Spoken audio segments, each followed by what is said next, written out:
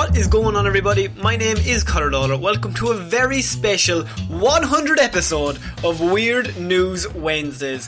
This is the Here's for Hire podcast. We're back again talking all the strangest news stories from around the world. We talk about the news the real news is too afraid to talk about. As always, I am joined in the same room. Good God.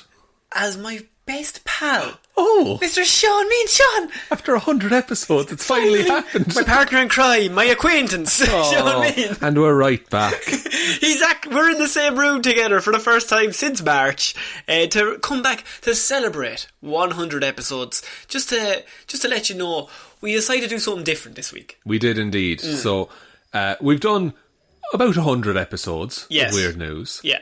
And, look, first of all, I was about to say that we've seen some things. You've seen some things. I've seen some things, Sean. I've read many a story of many people murdering each other over and over in weird outfits. He's watched so many execution videos on Live Leak. I've never been the same. I feel like I've changed in the 100 episodes. I think, yeah, you've become older, certainly. You've certainly become older.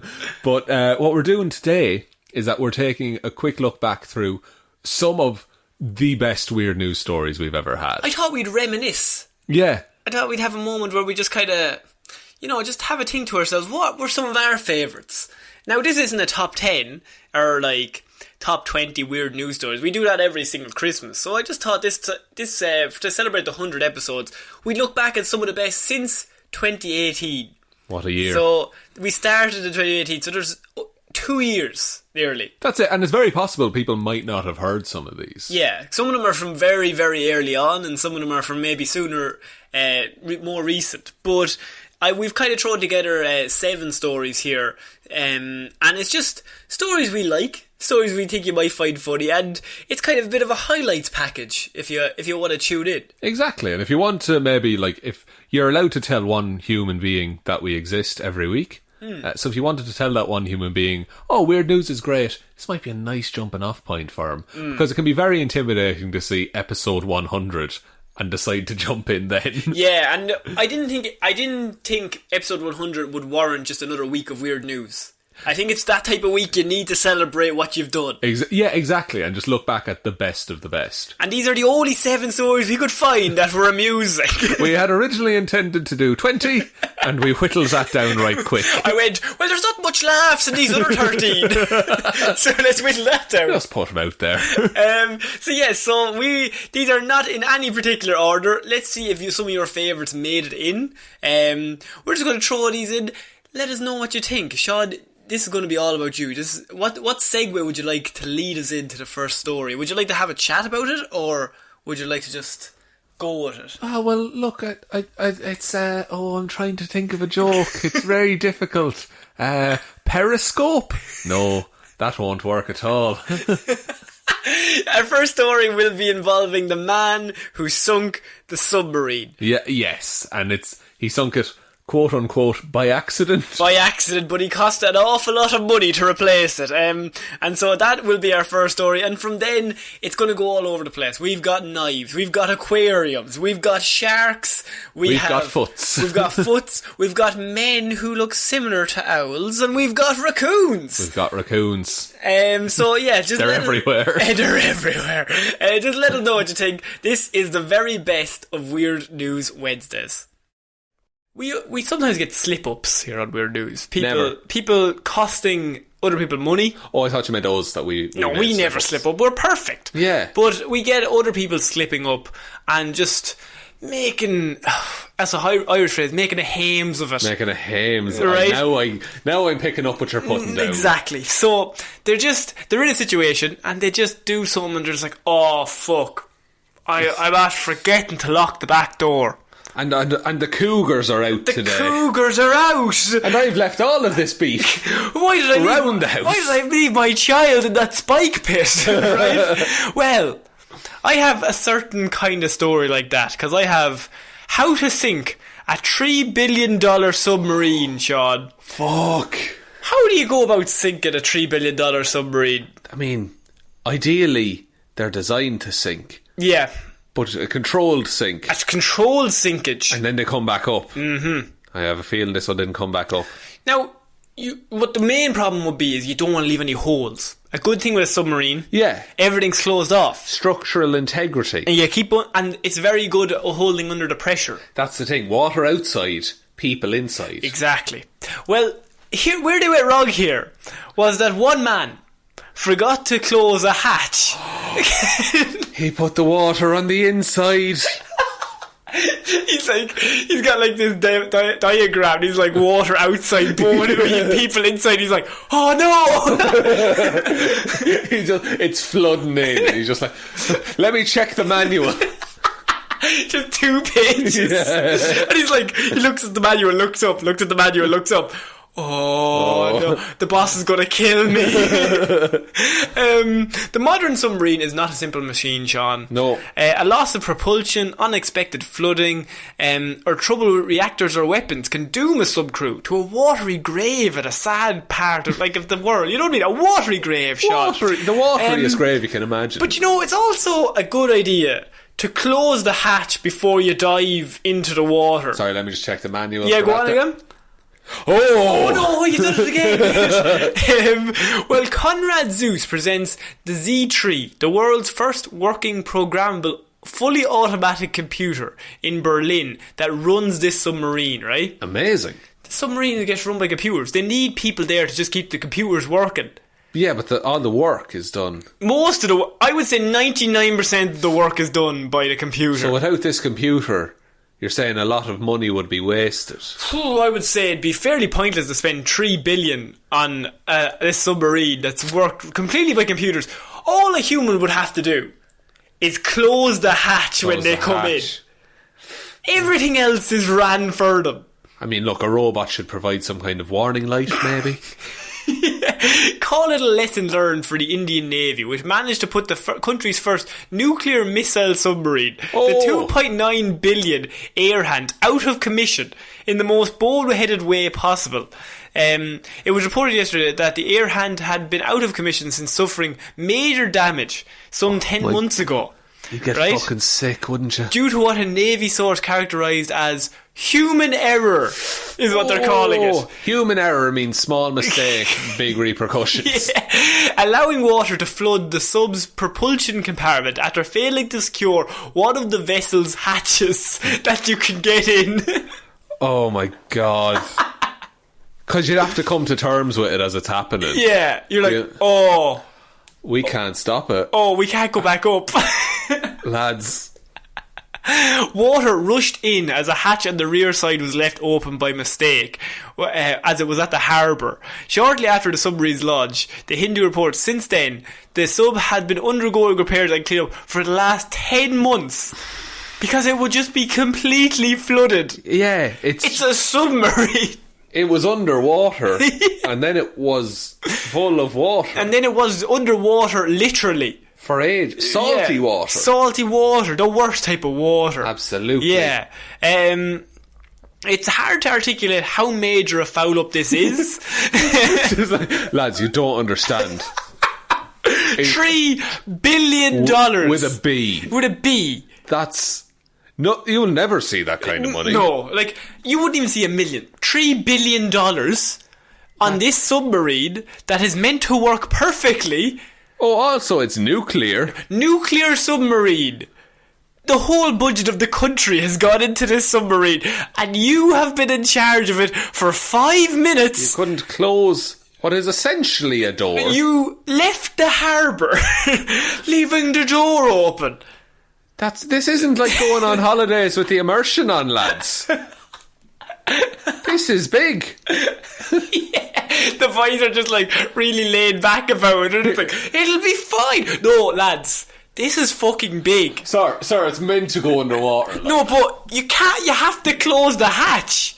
Sure, I fucking told him to close the hatch. I told him and he told me. It's not our fault. It's our fault. Why didn't your computer tell us to close the hatch? Well, I didn't think I'd need to tell you. Sure, my car tells me when the boot's open. Just get out. just the guy can't even look at them. Sir, can I get my wages early? You need to fuck off. Your wages are in the submarine. Ah, fuck. Oh, I shouldn't have left that door open. Oh, this is a huge loss. There's just one chap having a fight, just having a cigarette just before he sets off. He just throws it into the wall. He's like, right, let's crack on there now, lads. Oh, amazing. Oh, man. Besides under repair work, many pipes had to be cut open and replaced, and the whole place had to be cleaned up of gallons and gallons of water that had flooded the whole thing. Not that bad. Not that bad, it's fine. How much damage can gallons of water do? Due to a computer. Yeah. Not much. Not a bit, lad.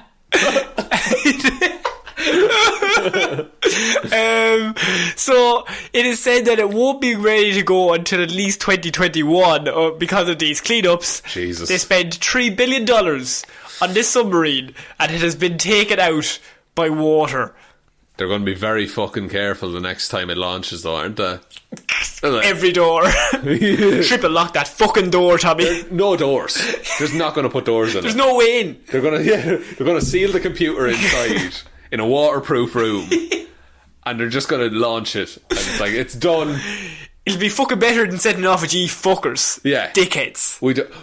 We built a second computer to fix the original computer, so we wouldn't have to use you. I hate you, Greg. I hope you die. Sir, can I get an advance on you? You need to stop, Greg. I read this and I thought, has there been a bigger fuck up? I can't remember. $3 billion is a lot. It is a lot of money. It reminds me of, do you know that video that was going around for ages? It's the guy on the forklift in the factory, and he runs into a shelf, and everything falls, and it's like a domino effect. Yeah, it's like there's no coming back. From you're done. Like you're done there. Just go home. That's one of those times where you walk into the door, and your boyfriend or your girlfriend is looking at you. You're like, "How was work?" Honestly, it wasn't great. Like, legitimately, I don't want to talk about it. Normally I say to you, grand, and we move on to dinner. But at the minute right now, I don't want to talk about it. And you just sit down on the couch with your head in your hands. Like, oh, Lord. And you're like, they're just listening to you, and you're just like, 3 billion. It's 3 billion. And they try to start talking about their day, like, Susan was talking to me and she knocked over one of the bottles in work, and it took me ages to pick up the water. It took me like 10 minutes to pick up. Minutes? Yeah. How much is the water? Absolutely like $3. $3, yeah. Why? What's your problem? Not. You're very quiet. Look. What if we didn't have any income for a while? What if we moved? to the moon. Because I messed with the government stuff. I think I've ruined this planet. We need to move to another planet. I think I'm banned. They kicked me out. They kicked me out of the whole of India. We need to get out of here. 3 billion. The one guy. Yeah, it's someone's fault. It's like there's one dude and it's all down to him. It's just, and he knows. Yeah. Do you think when they told him the submarine is flooding, someone left the hatch open, he did the look around like, oh no, who did could that? Have done? Oh, lads. And he's like, was it you? No, was it? Where were you? Huh? I was having a fag out back. Alright. Interesting. Suspicious. Is it though? He's like accusing everybody else extra hard. He does protest too much. What were you doing? Closing all the doors in the front. They're just trying to make small. Like, what's your pastime? Locking doors. I love locking doors. Gonna put new doors in the house. Put 6 locks on each of them. Just because I'm very secure. Very secure. I'd never leave a door open. Absolutely not. That's just my personality, you know. Sorry, this is a Wendy's. Yeah, a lovely door. $3 billion. Yeah, back to the table. It's like, 3 billion. Just having panic attacks. Just thinking about his eyes. He hasn't blinked in 4 days. He's going to age like 30 years. And it's going to come back to him every so often. Every night he's going to go to sleep and just wake up and just like, $3 billion. They're going to announce like, and the country is in debt by this much. The country's in debt by $2.999 billion. We could have really done with that submarine. Would have made quite a dent in it. Oh no, that poor man. Oh, by a poor man we mean fucking idiot. What do you do? Finally, we're moving on to something that isn't about food. Oh man, but actually is about food. What? For somebody else, Florida man finds shark tooth in foot 25 years after attack. Sean, surely you would know. Jeff Weekly was surfing at Flagler Beach in Florida. And his cousin Jeff Monthly. And Jeff Strongly. Jeff Weekly was surfing at Flagler Beach in Florida in 1994 when he was bitten in the foot by a shark.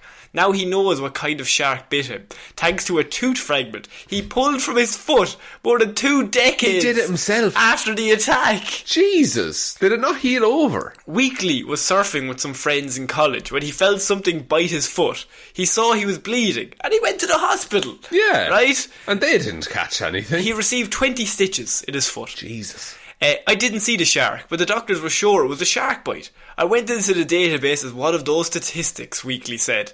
He said he suffered no major damage to his foot, other than the 20 stitches, I'm assuming a large gash. Very large, I would say. But look, the seawater does wonders for that kind of thing. Oh, they'd heal right up the salt. Stings like a bitch. But in 2018, Weekly started running and noticed a blister appear on his foot. What was he running from? Just life. Just problems. Right. It's like Forrest Gump. Yeah. He started picking at it. He got them. Go on. What were you thinking? No, I don't like that. No, but it's meant to get to the next part of the story. I know. So he develops a blister. He starts doing things to it and discovered that it had a hard edge, Sean. A hard edge. I pulled on it and the tooth came out and I immediately knew what it was, said Weekly. Right around the time he discovered the tooth, he had read an article about a research team at the University of Florida who used DNA from a tooth to discover what kind of shark bit a boy in New York. Right? Weekly decided to see if he could get the answer to his attack's greatest mystery. What kind of shark bit him? Dude. And now he's out for revenge. Oh yeah, he's going into the sea with a knife in his teeth. Right? He contacted the media relations department and then he sent them the tooth sample he wanted to submit for DNA testing. He admits he was hesitant to give the tooth to the researchers for fear that maybe he and the doctors had been wrong. Well, up until that point, I was a statistic, a shark attack survivor. But what if it had been a mackerel attack survivor instead? That's a much less cool story, he said. He's got his fucking priorities sorted. This dude. He knows exactly what's good. If I send this off and they come back and say this is a fucking jellyfish, I can't show me face around town again. I'm not. Sorry, I don't think jellyfish have teeth. No, that's the point. Fair. That was the point. Okay. I'm aware. But he pulled out a tooth. Yeah, that's how it works. They bite you. They stingy bite you. That's why they have no teeth. And you have to piss on their teeth. What? To heal the sting. Of course, yeah. Well, if he's going around in the bar and being like, look at my 20 stitches. Yeah. That's a shark. Fucking shark, boys. And then it turns out it's fucking Nemo. Fucking right? Marlin bitcha. Oh, hey! The scientists soaked the teeth to remove contaminants. Contaminals. I thought you were going to say it properly. I thought I said it wrong and you were going to recorrect me. But it turned out you said it worse. No. And extract the DNA according to their published findings. They then compared the genetics to their database and they got a match.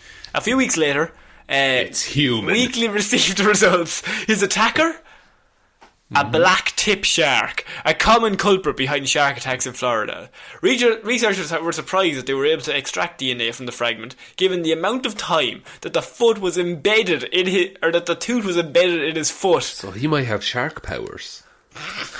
It's not like a radioactive spider. It's not going to get the powers of a shark. I know a shark is different from a spider. Yeah, okay, as long as we've cleared that up. I'm just saying, has his swimming improved? Maybe he can smell blood from a long way away. Exactly. Yeah. What's this dude's story? What does he work at? We don't know. We don't know? It's all very suspicious. The less we know, the more suspicious we are. Maybe he's a Jaws. What does he have either side of his mouth? I rest my case. Damn it. Under the cheeks. Ears. Damn it, it's just the wrong way. You're like doing a police sketch of like, who robbed you? And you're just like, his ears are... This man cannot figure out what the face looks like. This man is fucked. Yeah, his ears were like around his shoulders. We're looking for Dumbo. I had put our odds of success at slim to none, said Gavin Naylor, director of the Shark Research Programme. Weekly, who still surfs, says he's happy to find an answer to How often does he surf? I don't know, every week, every second week. Every week, you say? No, what were you thinking? Weekly. Oh, no, what? Weekly. Oh, sorry, what's his name? His name is Weekly. Oh, they're my favourite. When you say set me up and improv should tell me to go with it. But you say no improv. I say no and. I think it helps understand our natural world is worth it, he says. I am happy to make a contribution to the shark research. The shark research. The shark research. Sean, is this Florida man the coolest man we've ever seen? He's the most like level-headed. Yeah. Well, apart from the fact that he pulled a fucking tooth out of his own foot. Yeah, although, what would you do? So, like, he got bitten, and he just went to the hospital. He's like, look, I got bitten. I don't know if it was a shark, but I cut it. And they're like, it looks like a shark bite. Yeah. So we'll stitch it back. And he's just lived all of his life in mystery. Yeah, and had he not taken up running... From his problems. From his problems, yeah, of course. Yeah. Then the tooth would have remained in him. What if it like started moving around his body and stabbed him in the heart? What if a second shark had grown from the tooth in his foot? Shark foot. Shark foot. Shark foot. Shark foot. And then if he swings his foot really fast, some sort of shark foot nado, if you will, Sean. What? Sorry, no, the movie's called Sharknado. How does it feel? It's frustrating! But if you could take off your shoe and kick someone with a shark... That's a fight ender. That's game over. Because you have everything there. You have physical prowess. Yeah.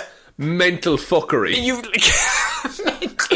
You can't overestimate mental fuckery in a fight. That'll win you any fight ever. If you pull out a shark foot, all bets are off. If we start fighting and you just start taking off your sock, and I'm like, oh, this is weird. That'll be enough, nearly. I'm fucking freaked out right now. Then a fucking little fin starts popping around the place. You've got teeth on your foot. And I'm just spraying him with a bottle of water. He's still a shark at the end of the day. He's bone dry the rest of the time. I can only wear... I only let him breathe when it's time to fight. That's the worst superhero ever. We do Hero Zero on this show. Yeah. We definitely... Oh, they should come up with a hero whose power is the ability he has a shark in his foot.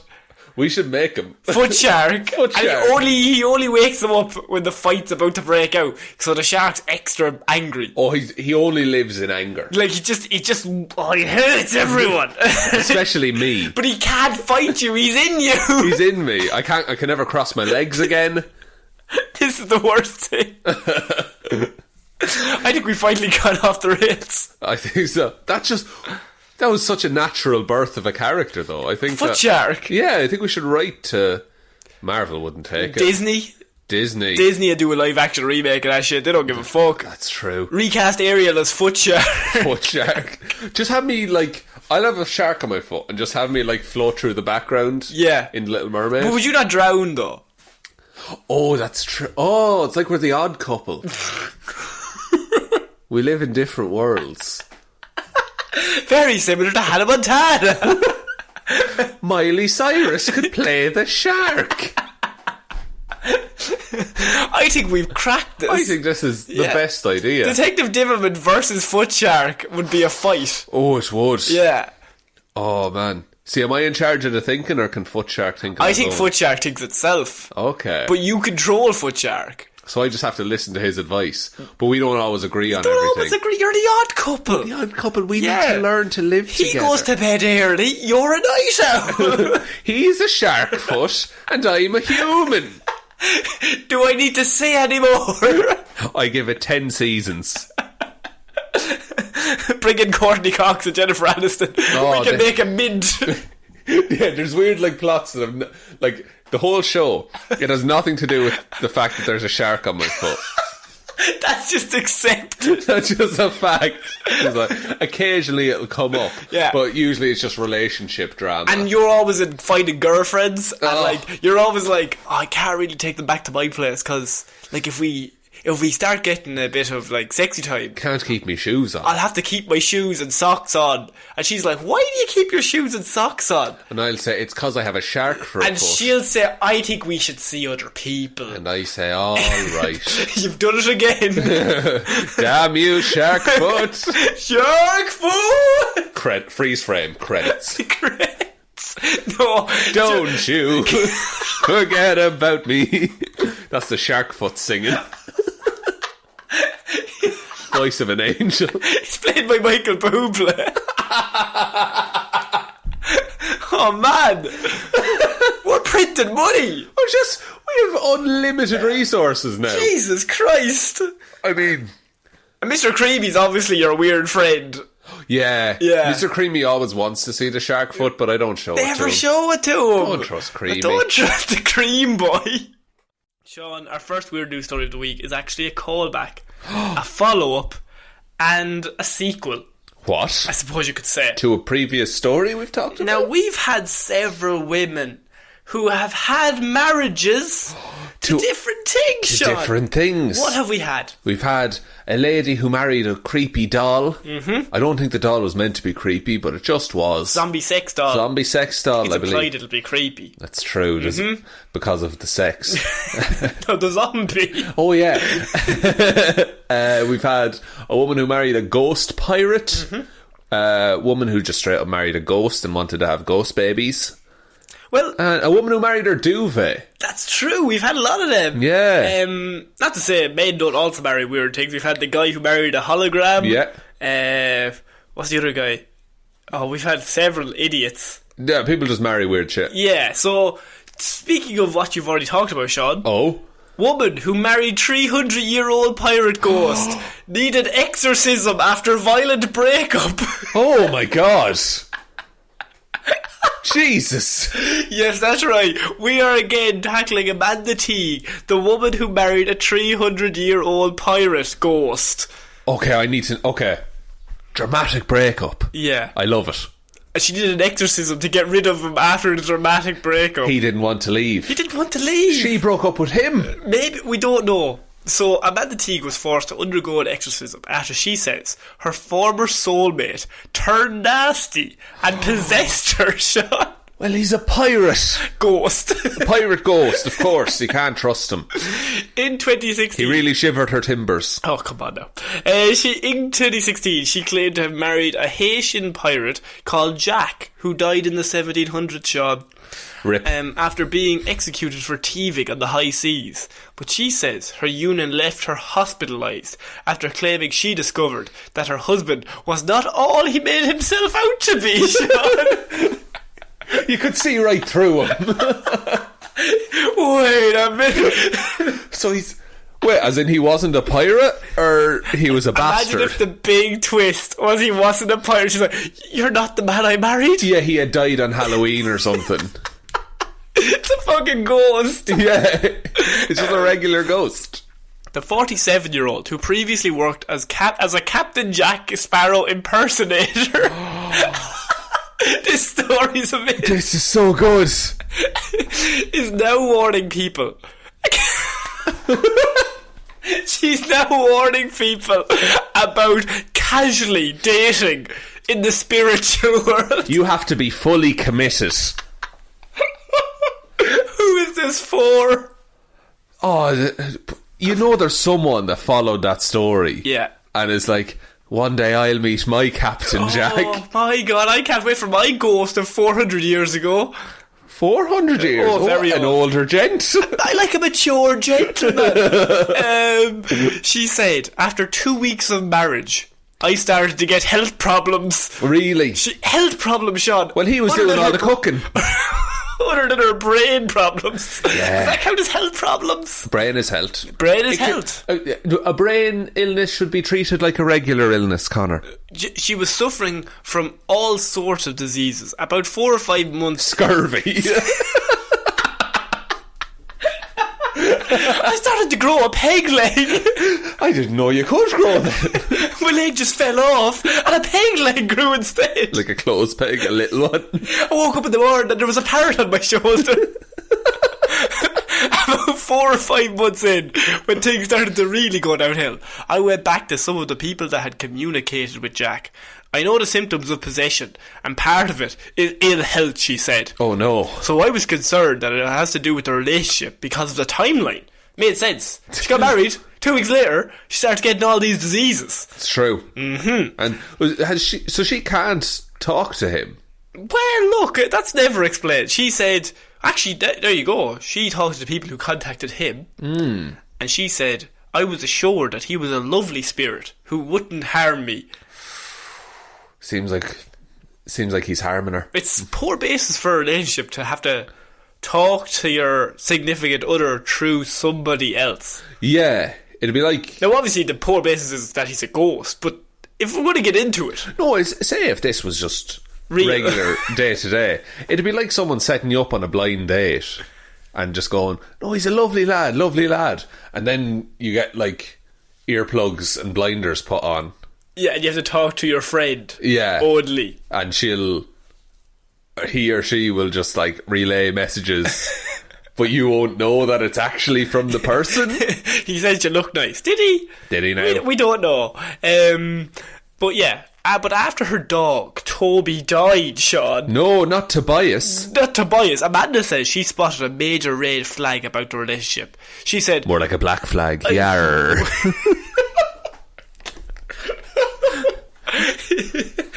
And her other dog, Jolly Roger.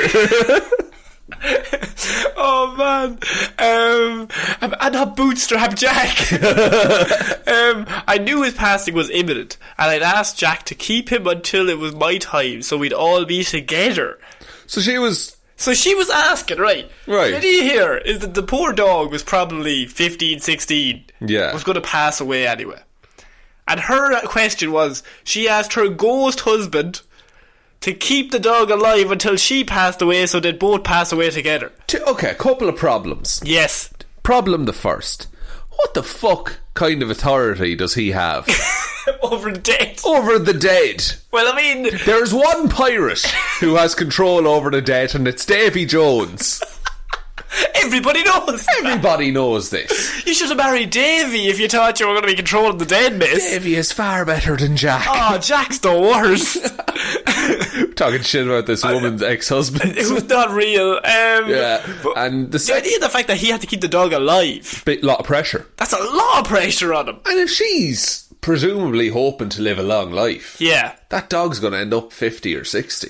Yeah, like... Not in dog years, in human years. In dog years, he'd be as old as Captain Jack. Time itself. the oldest dog. But Toby wouldn't go to Jack. He was incredibly aggressive and wouldn't go near him. So apparently the dog wouldn't go to get goodbye pets from this ghost. And Toby loved everyone. But apparently he didn't like the ghost pirate husband that his owner had. I don't think dogs get on with ghosts. You don't generally. I don't think dogs can see ghosts.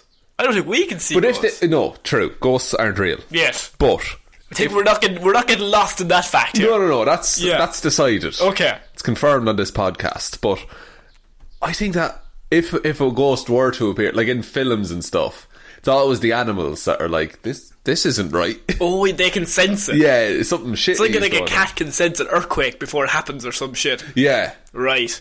Or a dog knows when feeding time is. Oh, or when the leash comes out. Oh, you better be going for a walk if the leash comes out. Goodbye, pets. In the end, he had to go to my mother because he just didn't want to be near him. This is Toby, by the way. Oh, Toby, okay. So animals are quite intuitive about people. So this was a big red flag to me, she said. Her first big red flag about her ghost pirate husband was the fact that her dog didn't like her ghost pirate husband.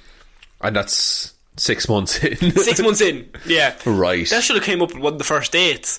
Bring him over for dinner. Meet the dog. And if the dog doesn't like him, maybe just don't go on a third date, fourth date. That's true, because it's easier to break it off after 3 or 4 days. Once you get into the marriage, that's when it gets harder. It's a bit harder to get. You have to have shared custody of the dog.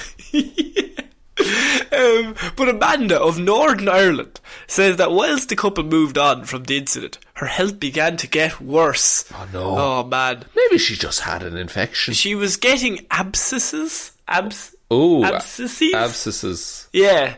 All the time after Jack and I would have any sexual relationship, she said. So her and Jack would have some sexy time. Yeah. She'd come out with all these abscesses. Abscesses. That's a lot of S's. But basically, it was something that was at the back of my mind. I never had these before I was with Jack, she said. Oh, I don't think Jack is exclusively the cause, because he's not real. Mm-hmm. Like... There must be something else going on in her life that she's getting abscesses. Where are the abscesses? It doesn't say. Oh. Just says... Because if it's in her gums, that's scurvy. The irony of ironies is if she marries this fucking ghost pirate and gets scurvy. Like, just... Maybe he is real. Maybe, or maybe she just like, no, he doesn't like eating fruit, so we don't eat any of it. We don't eat any fruit. She just changed her whole diet. Yeah. Yeah, but she says that the 47-year-old even cut off sex with the ghost in order to see if that helped. And did it? Once I stopped having sexual intercourse with Jack, the abscesses started to improve, she said. Excellent. Oh, brilliant. And I'd say that was literally the best 3 weeks I'd had since we got married. Jesus, that's a damning indictment of married life with Jack. So anyway, she says... One night. She's gotten rid of all the diseases. She's back full prime of her health. Scurvy has gone away. Eating lemons by the case. She's fucking loving life. Anyway, one night a friend of mine got married to her spiritual partner, Sean. And you know what they say, love is in the air. Right, there's two of them. And Jack and I ended up being intimate again for the first time in a few weeks. Oh man. The very next day, the scurvy was back with a vengeance. Oh Lord. Not the scurvy. It'll creep up on you. So then it was only then, she says, she started to get really worried. Now something's wrong. Hang on. Oh my God. She was whisked off the hospital for surgery after developing sepsis. Oh, gross. Which is not good. No, very bad. I almost died and I was in the hospital for a week. I had to take my Reading wig off. Reading wig? No, Sorry, I'm not going to do it. No, do it. No, I'm not going to be that dude. Don't do it. The Reading wig? Damn it. Do you want a Reading wig, Connor? So wedding ring. I'm very sick. That's alright, I am too. When she basically took the wedding ring off when she went into surgery. That must have cut the energy link between us because I felt totally different after the operation. Might have been the fucks.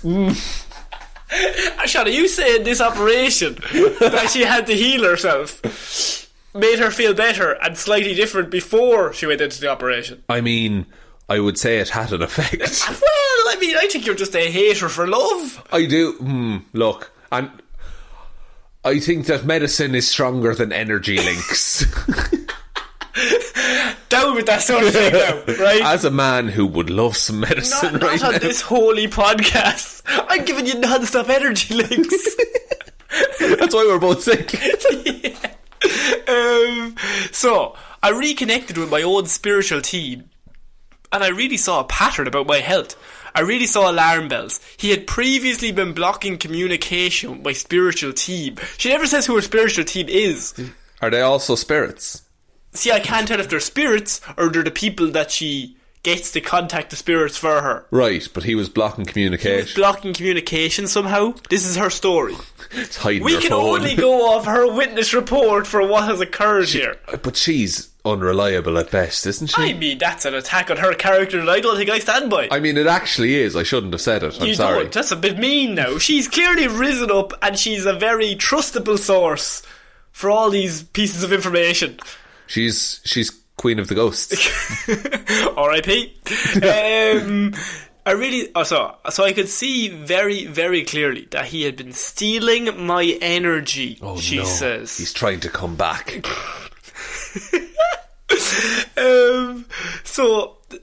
But Amanda sought help for a former close friend that warned her against the spiritual union. right? Right. She said, I had one person who had turned around to me and said that he thought I was what I was doing was dangerous. I'd had a big row with him, but I picked up the phone and told him that I thought he was right. He said, nah, nah, nah, nah, I told you so, and then it was hung a up. child, I'm assuming, who has a slight bit of brain power. That seems bad. You're 6, what do you know? No, don't marry a ghost, Auntie Amanda. Please don't. So his reaction when I told him he had to leave was when he wasn't going to. So she confronted Jack. How?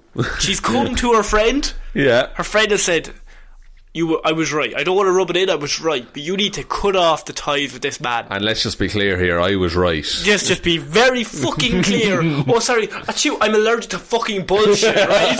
I am right, Amanda, you dumb bitch, is what he said. Now go home and break up your marriage. With your ghost. Yeah.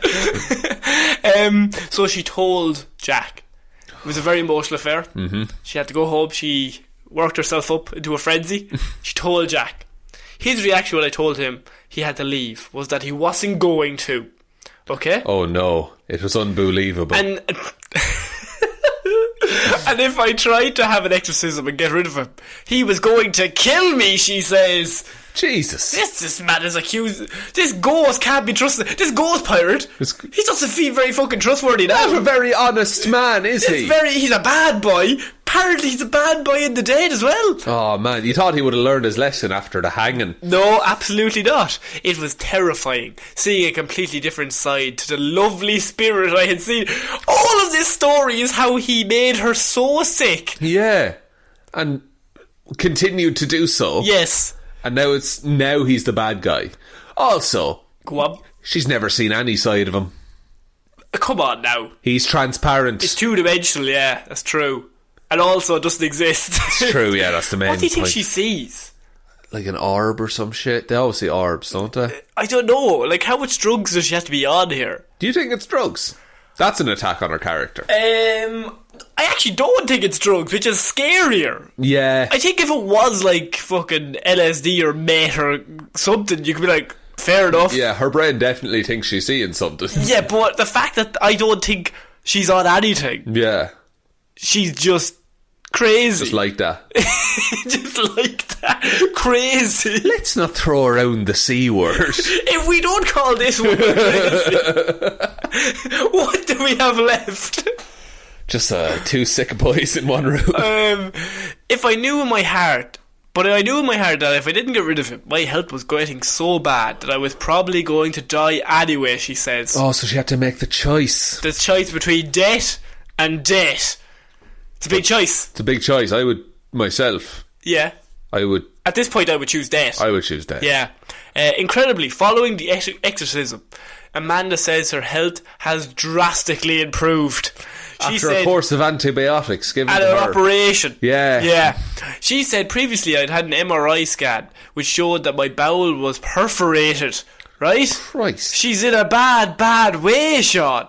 But that's something that doesn't heal without surgery. So I had the exorcism, and incredibly, it healed up. Absolutely fine. I don't think a hospital would let you leave. No, I think so. If there's like, no, there's a hole in your stomach. She's like, don't worry about it, I have an exorcism booked next week. I have it covered. No. Not allowed. Did somebody give her the met? I've not had any more health problems or bowel problems at all since then, she says. I went to the hospital recently and the junior doctor called in a consultant because she was like, I've never seen this before. If I hadn't got the exorcism done, I think I'd definitely be going around very, very sick and possibly dead, she says. Now Amanda has written a book about her experiences. Oh, and says God. that she has sworn off all spiritual work. She says, I've quit it all because I'm terrified. Buy my book. The book is called... I'm not going to tell you because this woman does not deserve any sort of free advertisement. That's true. But this lady has written a book and about ghost exorcism. She married a 300-year-old pirate, then was surprised when the ghost of the pirate turned out to be evil, got her real sick, had to have an exorcism instead of a divorce, And now she has a book. And And she's selling for money. What the fuck are we doing with our lives, lads? Ooh, if we could do that. We should do that. We should just write a terrible book and see if anyone buys it. Just put it out. Put it on Amazon. Yeah. Just for like a euro. And for what? What would we call it? Just Tears for Hire. Tears for Hire. Yeah. And it's just a series of us rambling. And another thing. Sean, I ask you the humble question I always ask you. Why? What's going on here? Oh, she just wanted a book deal. This has been a long con. You think? The headlines of that, we talked about it. We're the biggest news organisation there is. We are. She got her name out there. She had a ridiculous story. Then it got more ridiculous in that the ghost tried to kill her. Now it's going to be a book. Then it's going to be a sci-fi TV movie. Oh, God. Tell me I'm wrong. No, I'm thinking about it now. 300-year-old ghost. How does she think she's the hero in this story? I don't know. Because it's just, if anything, it's encouraging other people to marry ghosts. I know this particular story isn't, but the original story was. Yeah. Like, I think in her head, she's like, I did a very normal thing. Yeah. Married a 300-year-old ghost pirate. Turned out the ghost pirate wasn't trustworthy. Yeah, now she's like, lads, I know you're all thinking it, but it's not all it's cracked up to be. Trust me, I've lived. Yeah. And I think you should all stay away from your ghost boyfriends. Jesus. You know what I mean? Isn't there more important shit going on in the world? Like, she's the person that, like, walk into, like, a flamethrower store, get burned to death. You're like, now I've been through that. Yeah. And I think nobody else should go into that flamethrower store that sets off flamethrowers. Here's a book about flamethrowers. I don't understand. No, but this is, like, she is going to be on... This morning, yeah. With hulls and... Scozers. Scozers and hulls. Like, she doesn't deserve that publicity, but no. she's going to get it. And we're worse. We're giving her the publicity. But at the same time, this is weird news that this lady has come back out. Yeah, and we're not bound by broadcasting law. Oh, absolutely not. We don't give a shit. No. We're giving her no pennies at all. We've attacked her character non-stop here. Absolutely, and he can do nothing about it. What's the ghost going to do? Well, if he's exorcised, is he just gone? Well, he's ripped now.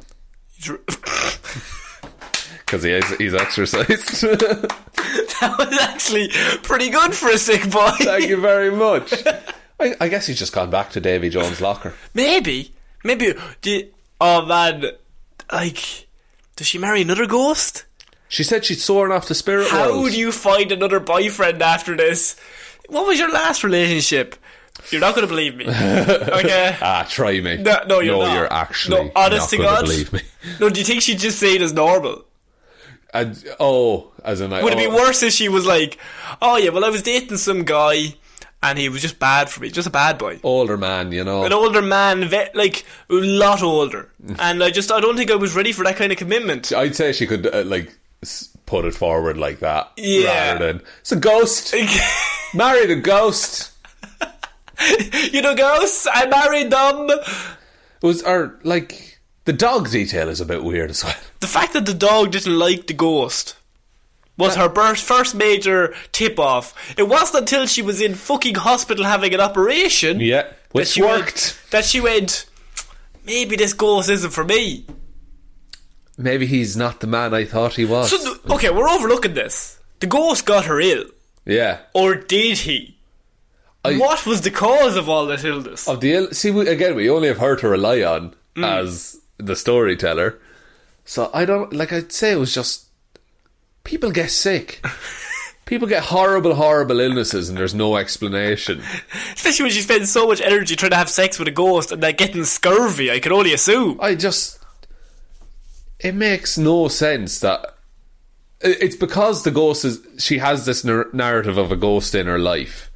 That whenever anything bad happens, surely it has to do with the ghost. Couldn't just be the fact that she doesn't eat well or exercise in any way. Exactly. Or is a mental person. Yeah.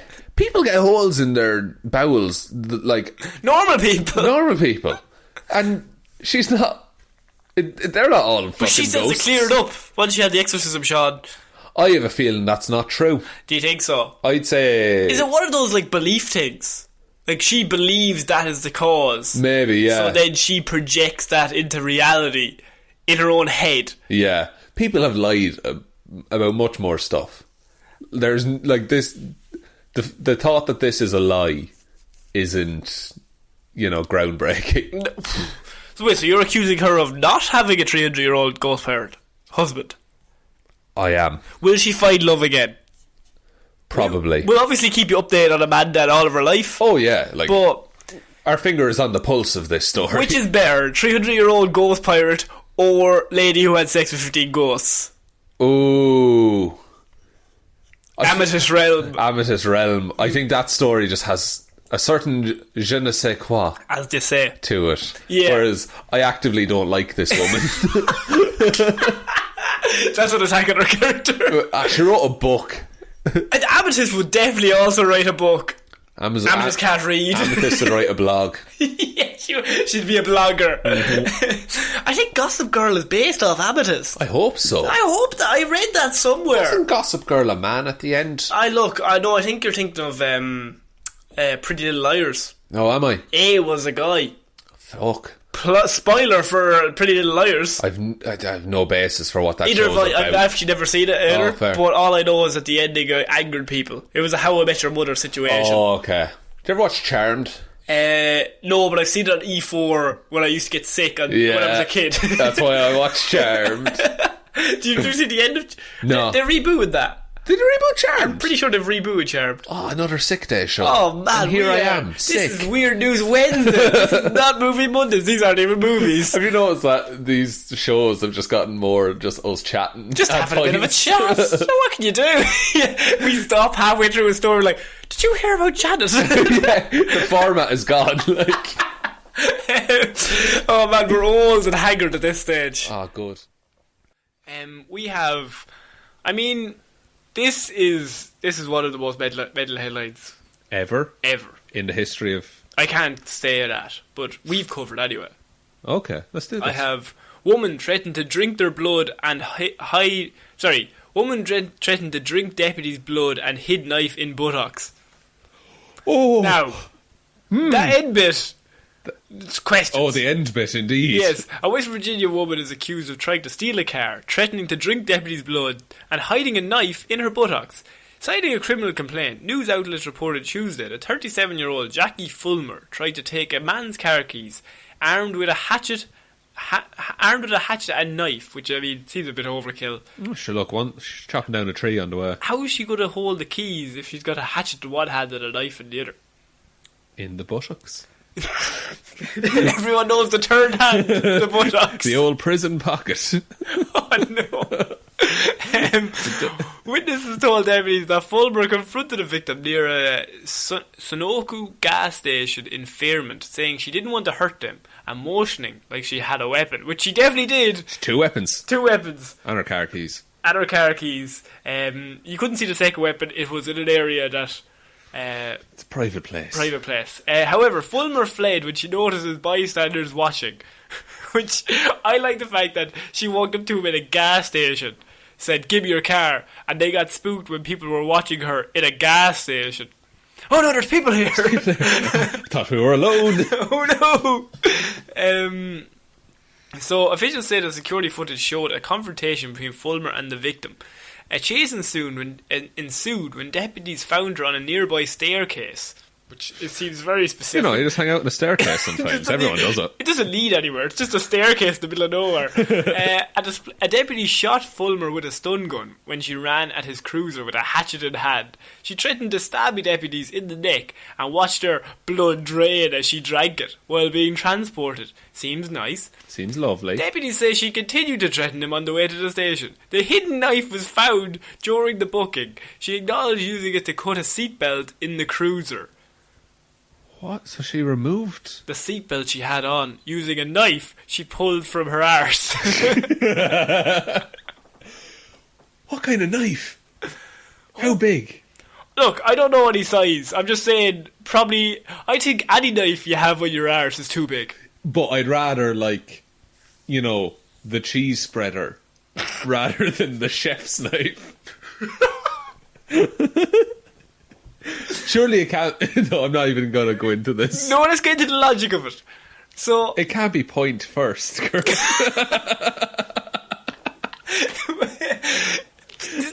The seat would be ruined. Her trousers would be ruined the other way, though. Unless... No, she's putting it, she's putting it lengthways. Oh, right, okay. I would assume. You'd hope, jeez. I would... Why would she do it either way? That would be pointless.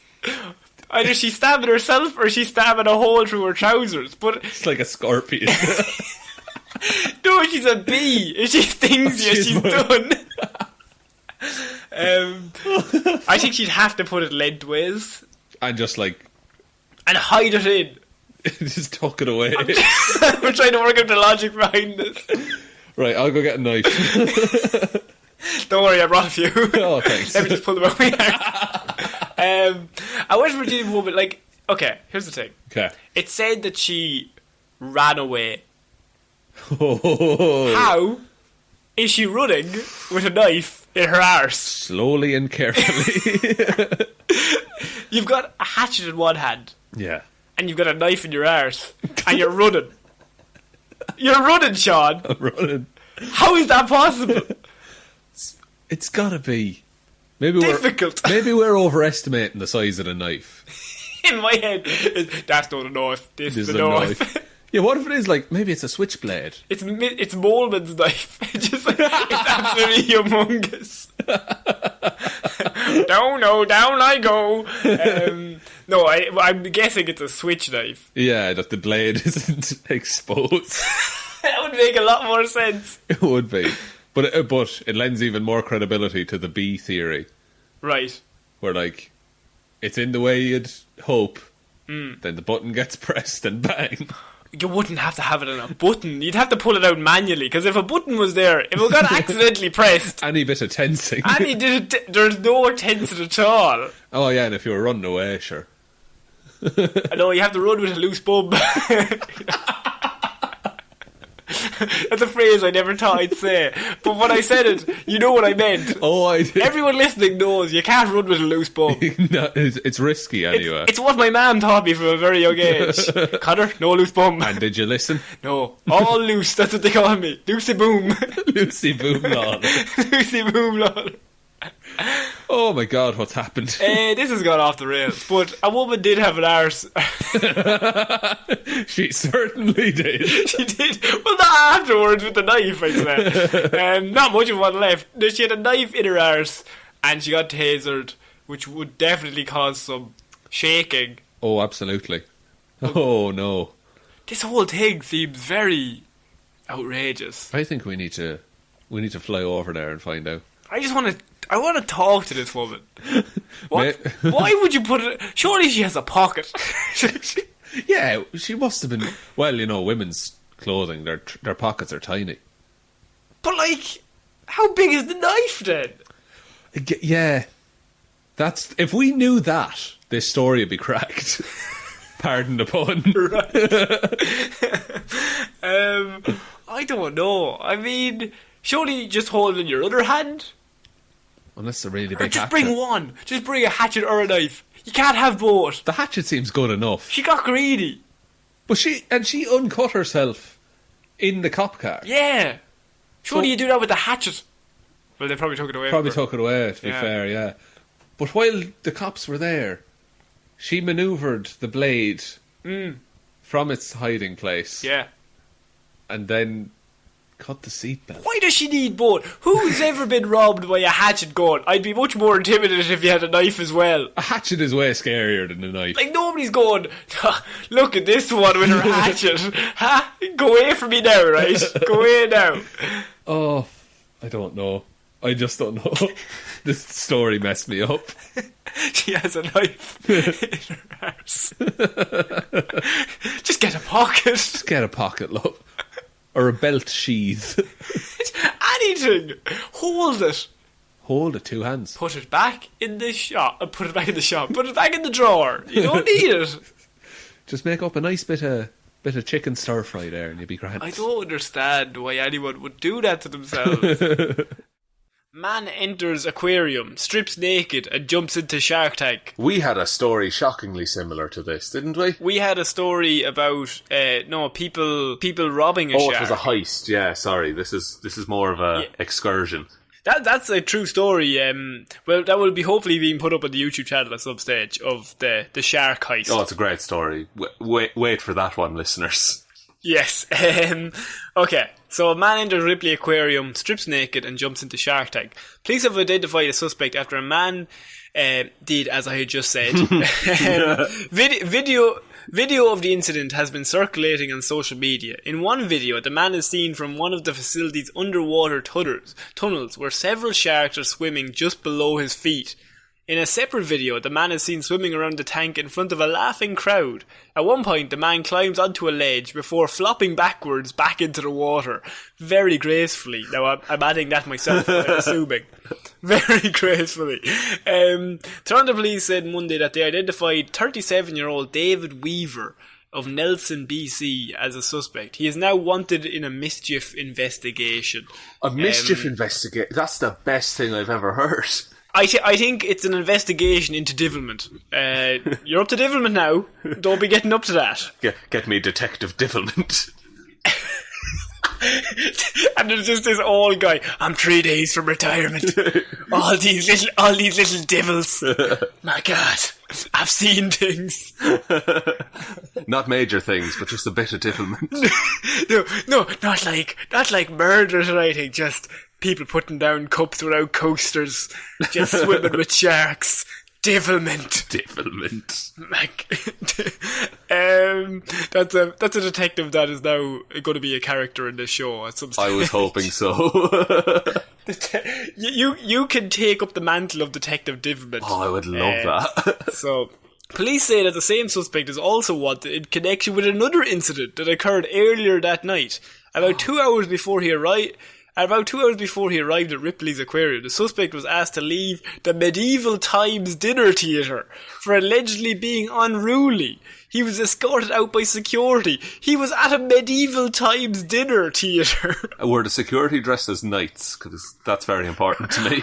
I'm assuming if it's a Medieval Times dinner theatre, that the security would have to be dressed for the occasion. Otherwise it would break the illusion. Of course. So that begs the question. He had already been up to Divilment. Do you think Detective Divilment was on his case since the earlier on? Well, he's been tracking him for months. Years. Years, since he was born. Every few weeks he's up to something. Something bad. And he always has a cigar in his mouth at some stage in my head. Oh yeah. It's a film noir kind of situation. Yeah, he's an old school detective, but he just looks into like petty crime. He's like a big barrel-chested guy. All he drinks is milk and steak. That's all he drinks. Milk steak. He doesn't care about milk steak. That's all he has. The man left the aquarium at around 10:26 p.m. carrying his shoes and jacket when he heard police were called. Peter Doyle, the general manager of Ripley's Aquarium, told the news. He said the man left behind a number of items of clothing. Doyle said the aquarium is now reviewing its policies.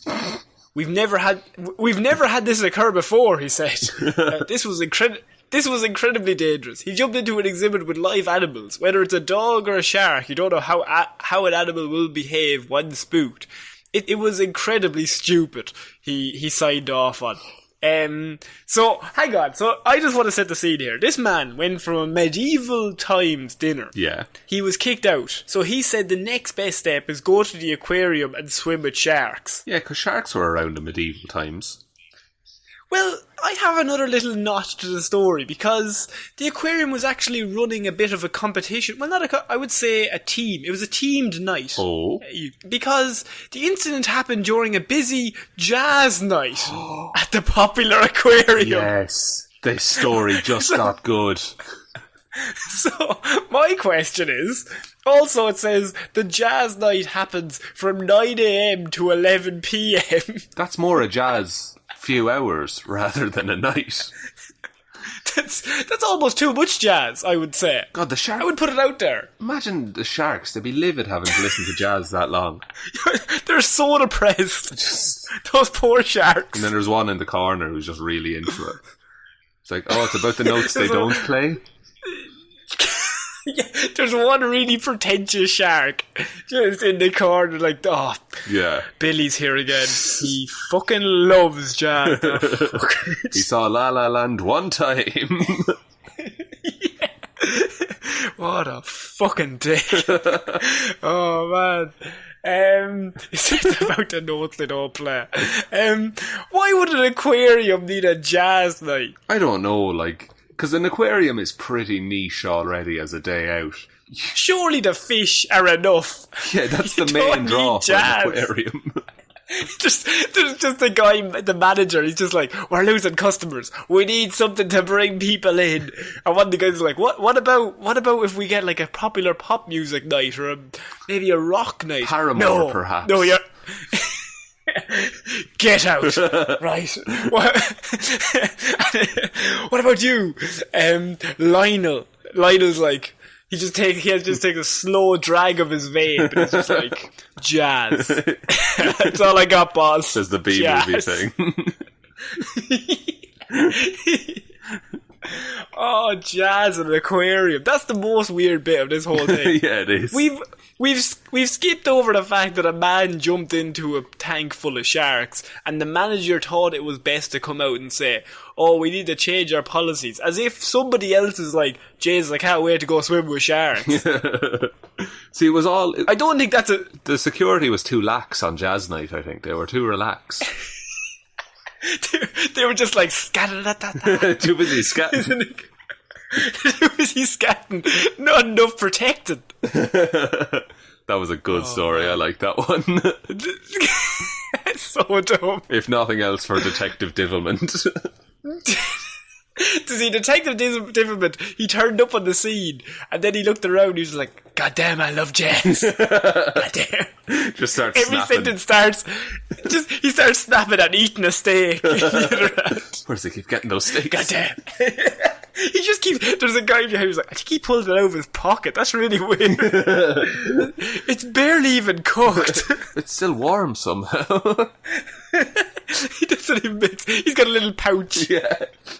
And in the other pocket he has milk. He's like Hank Scorpio from Simpsons. And we're starting this week, Sean, with a certain weird news that I read and I thought, you know what this is? What?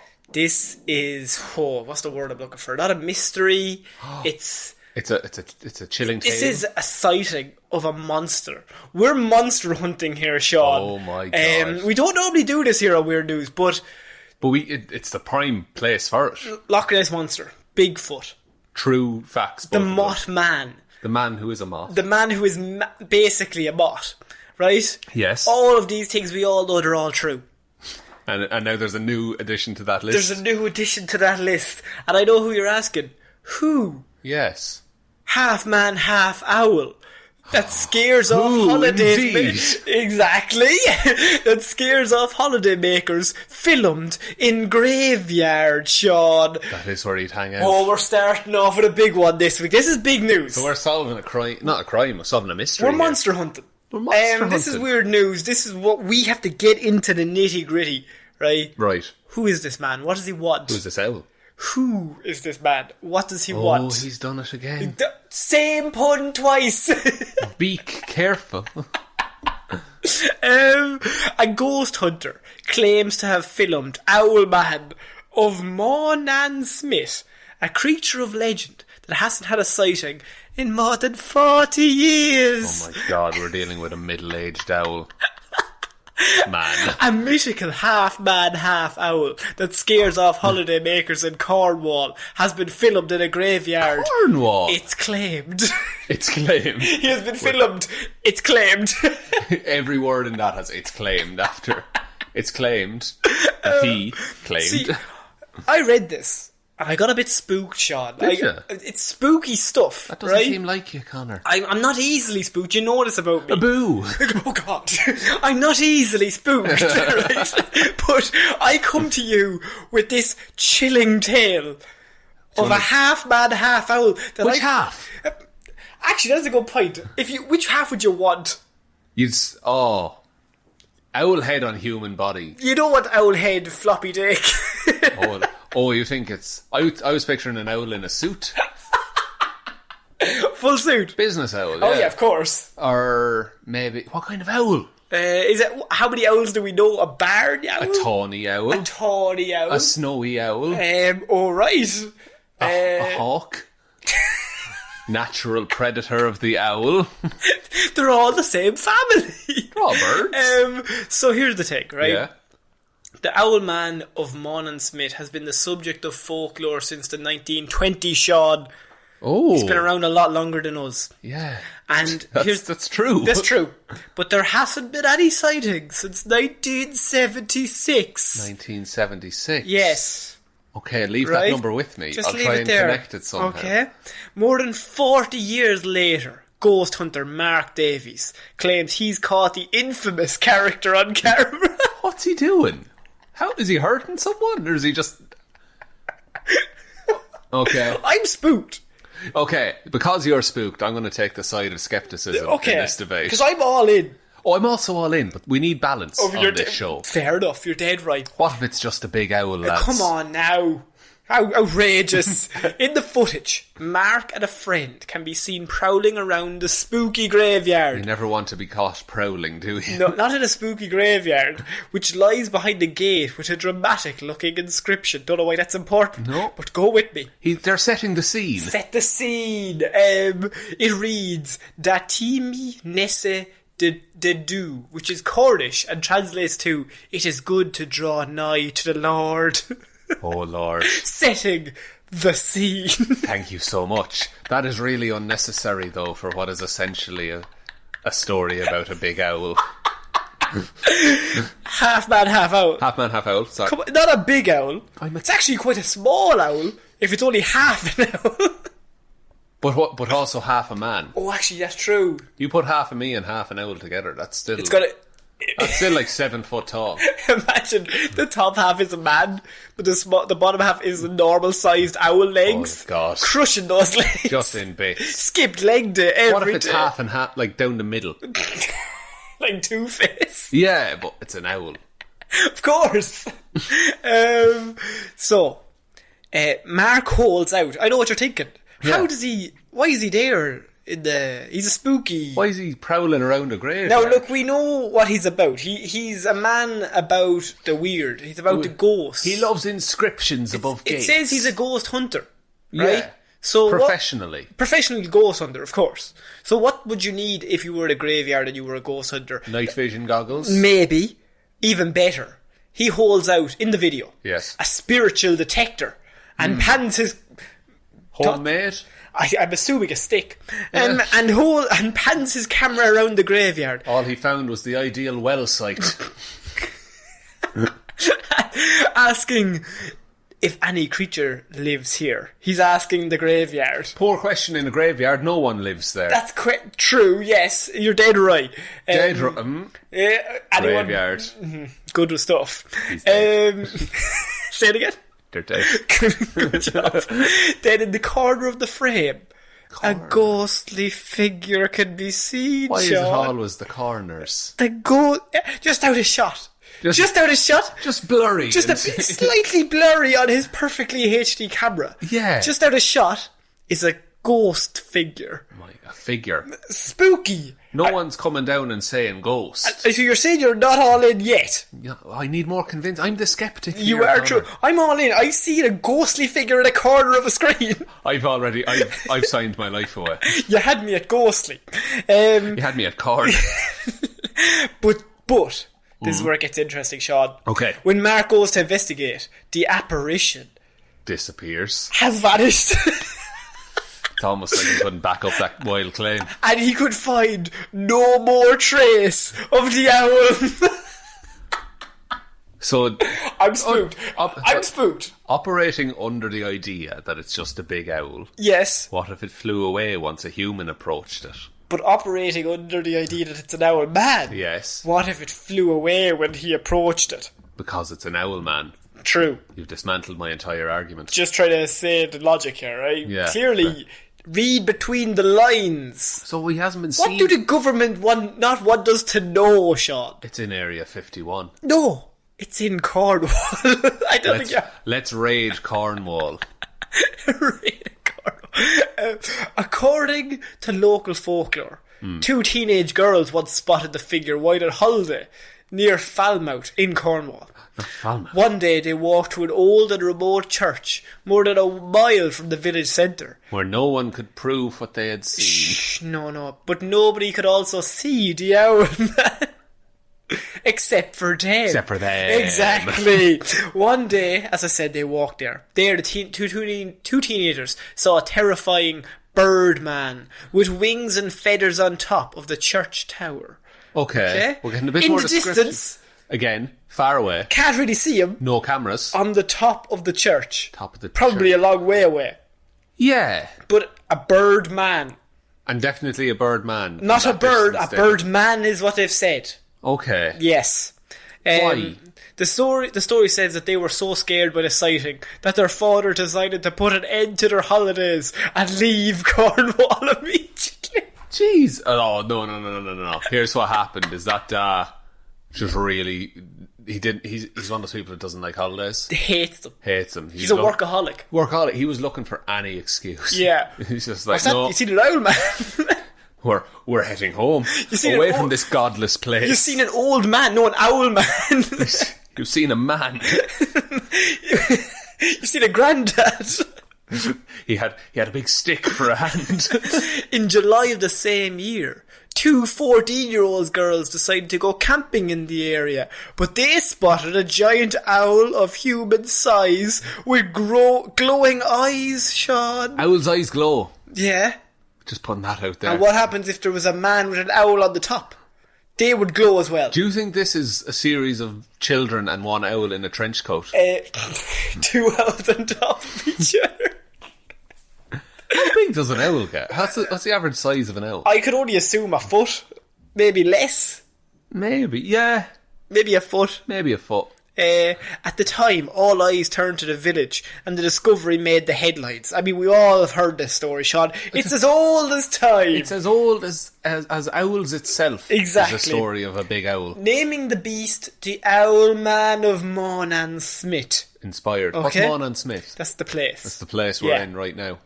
Although Cornish people still remember its story, many said they had not heard its name for many years. We do not speak of it. In my head, there's like a child like, Mother, what about the owl man? The mother's looking out the window with like a glass of water. David turns around. Do not speak those names. Or like, there's an American tourist family that go to the local pub. And Dad is like, boy, it sure would be cool to check out this owl man. And everything stops. And the music cuts off. And they all turn towards this family. And an old man at the end of the bar is just like, he puts down his whiskey and wipes his brow. And he's just like, What do you mean, owl man? What have you heard? Who told you? He's grabbing the child. What have you heard? No one's left the town in years for fear of meeting him on the road. He only comes out at night, but we still don't go on the day. I still go on the day. What have you? He's part man. It's night somewhere. It's night somewhere.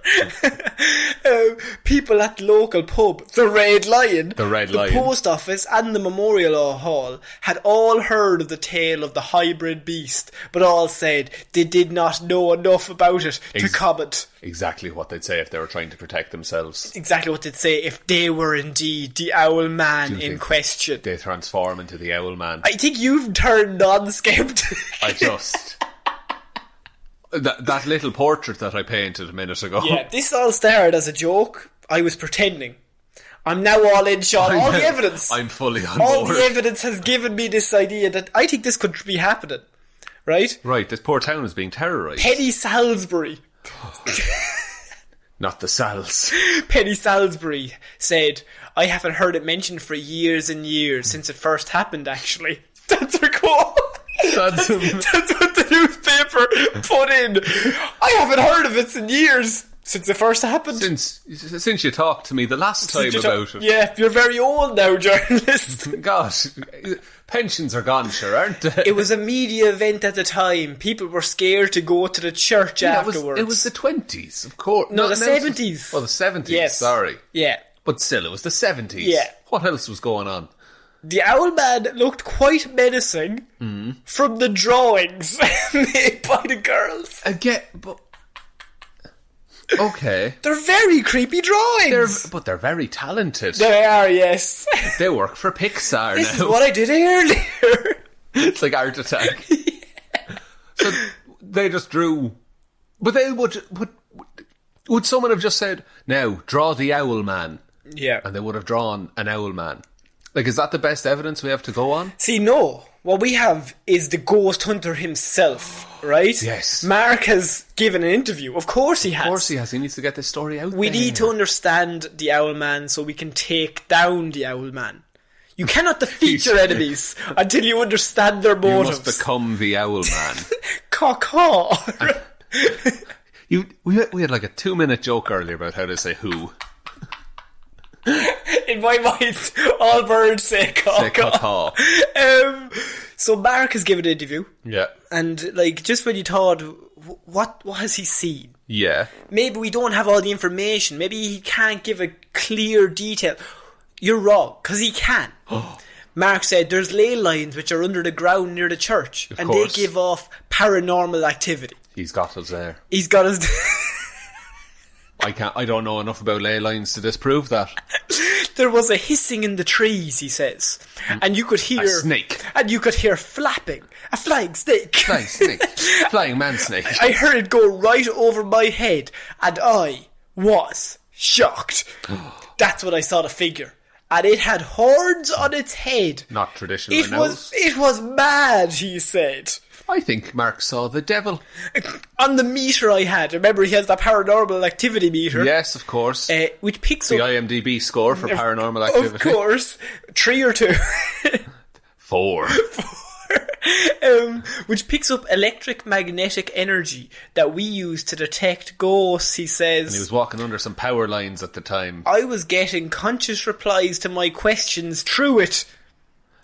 Sorry? So he was asking the machine questions about the owl man. Yeah. And he was getting answers. But only he can understand what the machine is saying. Technically, he's really just answering himself. Yes. He's finding evidence where there is none. Sorry, I forgot I'm on board with this. You're not skeptical. No, you are skeptical, sorry. I'm changing. Have we flip-flopped? We might have done here. That's telling me there's a demonic energy and it wasn't safe. My mate, this is great. My mate got attacked, he said. By? Some local thugs. He had scratches on his arms. His camera broke too. Question, Sean, what have you got here? He was, did we not say earlier he was prowling around in the bushes? Yeah, but look, lot of thorns in a bush. Here's the thing. He has to finish this interview somehow, right? Oh, he needs to round it out. And here's the thing. Some of us will be skeptic. Yeah. Some of us will be all in, such as me. Some of us will be undecided. Undecided. Now, this is how he's going to clinch it, right? This is a ghost hunter himself. He knows what he's talking about. So his thing is that they're in the graveyard, they get attacked by this weird owl man with horns, and his friend gets attacked. Not him. Not him. Why is he protected? But he's protected by the paranormal activity stick, I'm assuming. Of course, no one wants to watch that. It's a big stick. He beats things with it, right? But then he says his friend gets attacked. He has scratches on his arms. Yeah. I know what you're thinking. Surely his friend had a good look. If you get attacked by something... Yeah, and if it's close enough to scratch your arms... Yeah. You're seeing that. Even if it was in the dark, you're still seeing it, if it's that close. Yeah. Here's what he says. Hit me with it. My friend didn't see anything. He just felt this surge of energy. He didn't realise till about half an hour later when he felt some burning and seen the scratches. Okay. Now, that's all very logical. Yeah, well... Go on. Just, look, pure devil's advocate here. Could have went through some nettles as well. Yeah. Got stung. Felt burning. But he felt burning. He didn't see the owl man. Didn't hear the owl man. He felt the owl man. Seen the scratches. And he felt an energy. And this ghost hunter has told us specifically that the Owlman exists. Sean, is this the Loch Ness Monster? Is this the Bigfoot? This is the Bigfoot of our time, surely. I don't think it's as marketable as Bigfoot is. I disagree. Like, it's Cornwall as well. Yeah. Not as big as America. Okay, that's fair enough. Just, like, sure, like, if you want... I come to you. This is weird news, right? And you have given me nothing here, right? I've given you $1 billion all the evidence. Movie. I've given you skepticism and belief. I've given you all this evidence, and you've come to me and spat in my face. Well, maybe you didn't give me enough good evidence. I can only tell you what Mark has told me. Well, maybe. Through hearsay. I'm operating off of rumours and bias here. And very blurry images. Oh, I forgot about the blurry images. The blurry images. You forgot about the blurry images. Loch Ness Monster, Bigfoot, all of them have blurry images. And we all know none of us have a camera on our bodies at all times these days. Not at all. Certainly not one with a built-in flash that Absolutely focuses not. in most lights. Absolutely because it's designed for nightclubs and such. You're dead right. So, Sean, that is the end of the Owlman story. But he's out there. Or is it? This is only the beginning. He will kill again. He has struck. He has scratched slightly Mark's friend. What is he going to do next? Why didn't they interview Mark's friend? Because Mark's the ghost hunter. But sure, why was his friend there then? Mark's friend is just...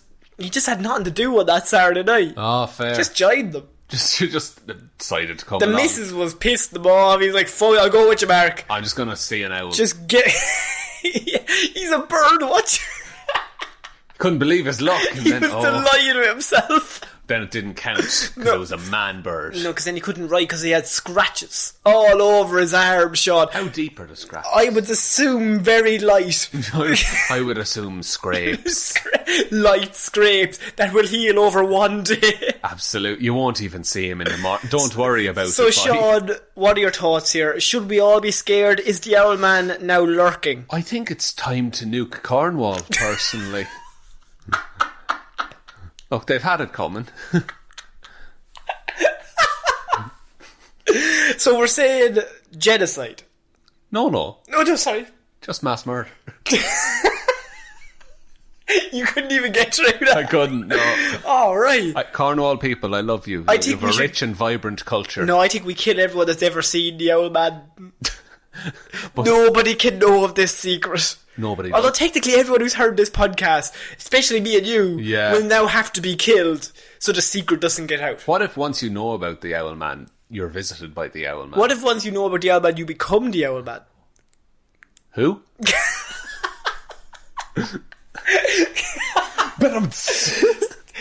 Rule of threes. It works. It's finally funny. Finally. I did it the first 2 times. Yeah, you did. Then you said cacaw and ruined it. I did say cacaw. You had your chance. Oh man, I just feel like we needed to cover that. That took nearly 20 minutes. But I thought it was vital. We could do a whole podcast about the Owlman. Maybe we should start a conspiracy theory podcast, but I think we'd be terrible at that. Yeah, because again, we'd flip-flop into believing it or not believing it. One of us, we'd forget which side we were on. Yeah. Halfway through. I'm, of course, on the side that, obviously. I'm on the side that I think the Owlman is braver than me.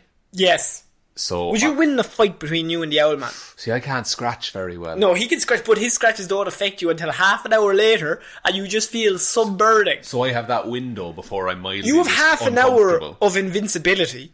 Where I can just be punching an owl. Yeah? That's what we're going for? Yeah. I can definitely punch harder than an owl can. Now, can an owl take my punches? There's the question. But it's a man-shaped owl. It's a man-shaped... That sentence did something to me. Man-shaped owl. Or is it an owl-shaped man? Because if it's big, then it's more man than owl. The mental image of you punching an owl is the funniest thing I've ever seen. Right hook, left hook. Oh man. In my head the owl is on the ground and you're just standing over it. See, in my head it's tied upside down like one of those punching bags you go really fast with. And you have no sporting prowess, so they wouldn't even be in rhythm. It would just be like just Oh, I'd hurt myself more than the owl. Absolutely. Yeah. You're tucking thumbs into your knuckles in the hole of breaking thumbs. You fight back with a broken thumb. You do, yeah. Your fist gets adrenaline. You're angrier. No pain. You're angrier. Fuck, I can't believe I did Go that. on, scratch me. I can't feel it for half an hour. Don't punch owls, please. A human-shaped owl. If an owl comes up to you and it's human height, Yeah. you have free rein to punch that owl. And then take a blurry selfie. Absolutely, in the corner of it. Corner. At Put night. him in the corner. At night, it has to be blurry. Yeah. The old man's going to come for us. Oh man, I'm ready. I think you need to start training. I think the only way to do this is a fight to the death. I need a Rocky montage where I'm just punching a dartboard with a picture of an owl on it. No, pictures of me just saying cacaw. That makes me so mad. It's not even not even right. Every time we record the podcast together, I just go for you. So, Jesus. Sorry, thought you were. You remember? I just get so pumped up. Like instincts Whenever kicking. anyone asks, like, oh, your man, what's his name? Who? Okay, we're moving on. Oh, that made me laugh. I just needed to cover that. That was spooky. I got a bit creeped out. Might have been a bit too spooky, Colin. I think, don't listen to this after dark, lads. I'm going to censor the whole thing. You should beep out half that stuff, especially the bit of you punching it out. Yeah, probably should. This is the most Heroes for Hire weird news, I think. I like. It's police uncover illegal fighting ring for raccoons. It can go anywhere at that point. Raccoon fighting ring is our. Oh, that's the goal. That's us to a T. So the North Bay Police, in cooperation with the Ministry of Natural Resources, have busted an illegal fighting raccoon ring in North Bay. Was it organised by raccoons? There's just a raccoon with like a top hat. He's just like, here, say. He's counting out his money. Here, say, we get Big Tom to fight Big Tim. Now, Tim, you go down in the fort. You're on the fort. I've got a lot of money on you, Tim. You want to make me happy, don't you, Tim? Oh no. Yes, I can confirm that he said that the NBPs have disrupted an extensive raccoon fighting league. I would like to thank the MNR for their help, along with those who came forward to share the information with us. The raccoon fighting ring, which called itself... They had a name. Coon Clashes. Oh no. Coon Clashes is what it was called. I mean, the word clashes is good. Yeah, first bit. Not so much. But I think they were just going for alliteration. Somebody said... Raccoon Rumble. Raccoon Racket. Raccoon... Rock'em Sock'em. Rock'em Sock'em Raccoons. Rock'em Sock'em Raccoons. That's way better. We're so good at this. Connor, can you turn off the recording for a Yeah, second? just 1 second. We just need to really quickly set up a fighting ring. And we're back. How big would the ring have to be? How big is a raccoon? Like a foot long? I would say about a foot. Like the size of a lamp. Yeah, maybe one of those old Beyblade arenas. Oh, yeah. Yeah. Recycle. Would it be like a sumo situation? Like, would they have to push each other out of the ball? Or is it you get the shoulders to the mat for three? Shoulders to the mat, I think. Or is it just whoever's knocked out? UFC style. UFC. I think it's... When raccoons are concerned, I think it's more first to die loses. You're never going to get a raccoon to tap out. No. They're wily. They'll keep going. You put a submission on that. That's never going to give up. Imagine the ref for that. He'd be in black and white as well. Nobody knows who the ref is. They're all just fighting each other. There's 3 raccoons. Should we stop this? No. It's like, 1, 2. Wait, no, he's the fighter. Why is he counting? Can't count your own pin. So the fighting ring was called Clashes. Yeah. Hosted anywhere from 3 to 10 raccoon fights a week, says Lawrence. They did everything from one-on-one fights to battle royals. Yes. With 8 or more raccoons would duke it out for the title of... What's the big title in Raccoon? King Raccoon. Raccoon King. Raccoon King. You have to fight in the battle royale. And you get Raccoon King. You get the big belt of Raccoon King. Did they give him a belt? Because that would be, I don't think so. While this is animal cruelty, yeah, a big belt on a little raccoon would be adorable. This is only funny because it's raccoons. Yeah, if this was dogs, say. No, it's not as funny, but it's because it's Raccoon King. Yeah. And they had to put a lot of effort into this. Rocket Raccoon is the king. Oh, is he? Well, he has guns. Oh, of course. That would make hell. Guarantee you, there's a WhatsApp group with the lads who run the Raccoon Rumble. That's what I'm calling it. Did you know that the Raccoon King got a few privileges? A few privileges? The Raccoon King would be given an extra peanut butter ball.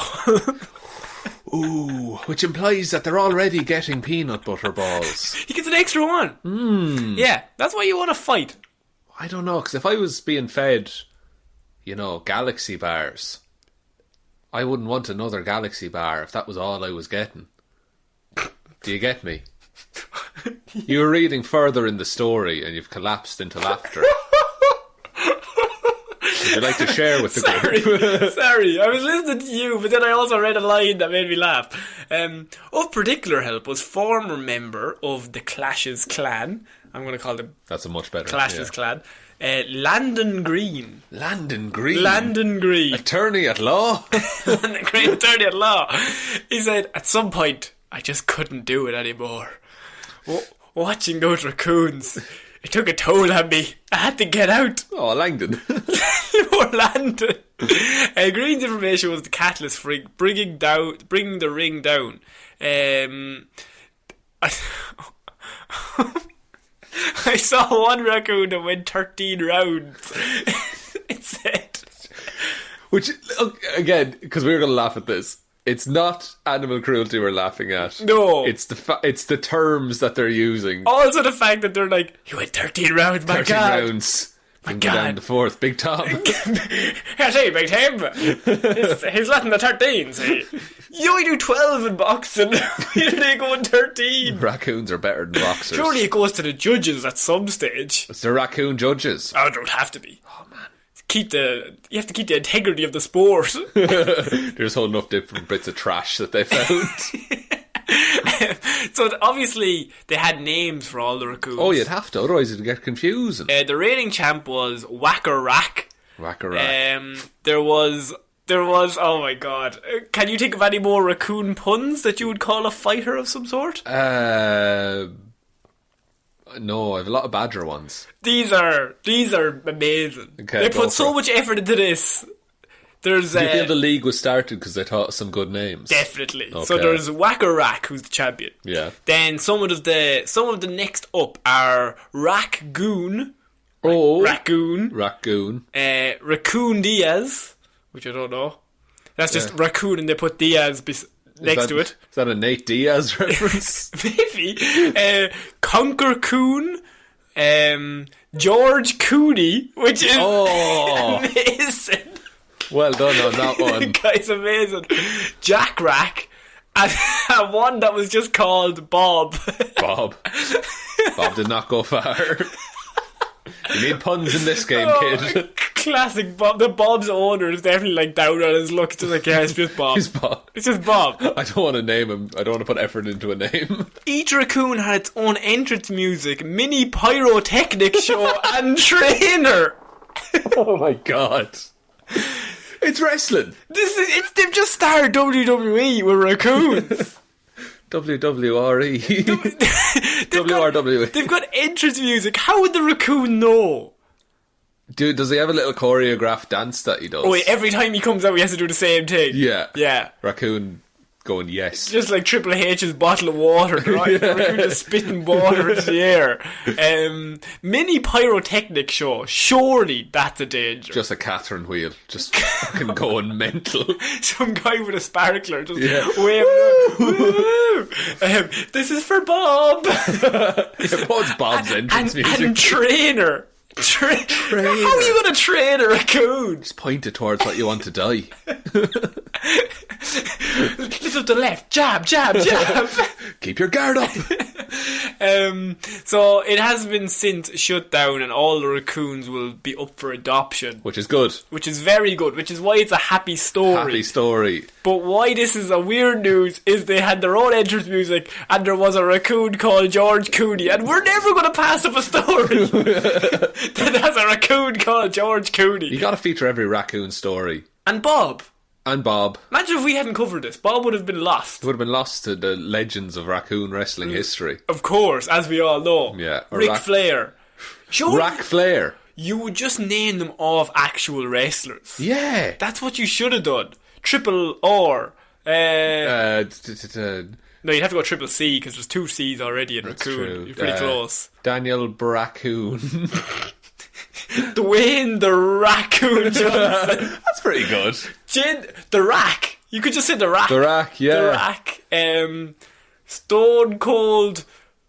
I'm just using raccoon. I don't know. Kane. Rackane, there you go. John Keena. No. Raccoon. We'll workshop this and get back later. Let's just throw something out there. You know what I mean? If you have a suggestion for a raccoon fighting name, to us. Because we're starting our own. There's a gap in the market. Wow, Sean, they were some interesting stories we just heard. Well, interesting. You could say funny. I wouldn't say that. Oh, you could say entertaining. Entertaining. Do you remember in the days when we used to do shows and they were funny? Oh, no. No memories of that whatsoever. Still striving for it. But it is nice to go back and just have a listen. Absolutely. And to hear some older stories again. That, like, because I remember editing it.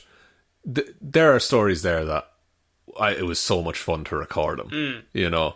And we don't listen to our own show, so we've only ever had that conversation once. It's like listening in on a conversation you can't remember having. Exactly, because it was 2 years ago. Yeah, you know. But yeah, I just think that was a good way to celebrate the 100 episodes. And here's to 100 more, Sean. Maybe 200 more. Maybe 500 more. Good. That's a long time.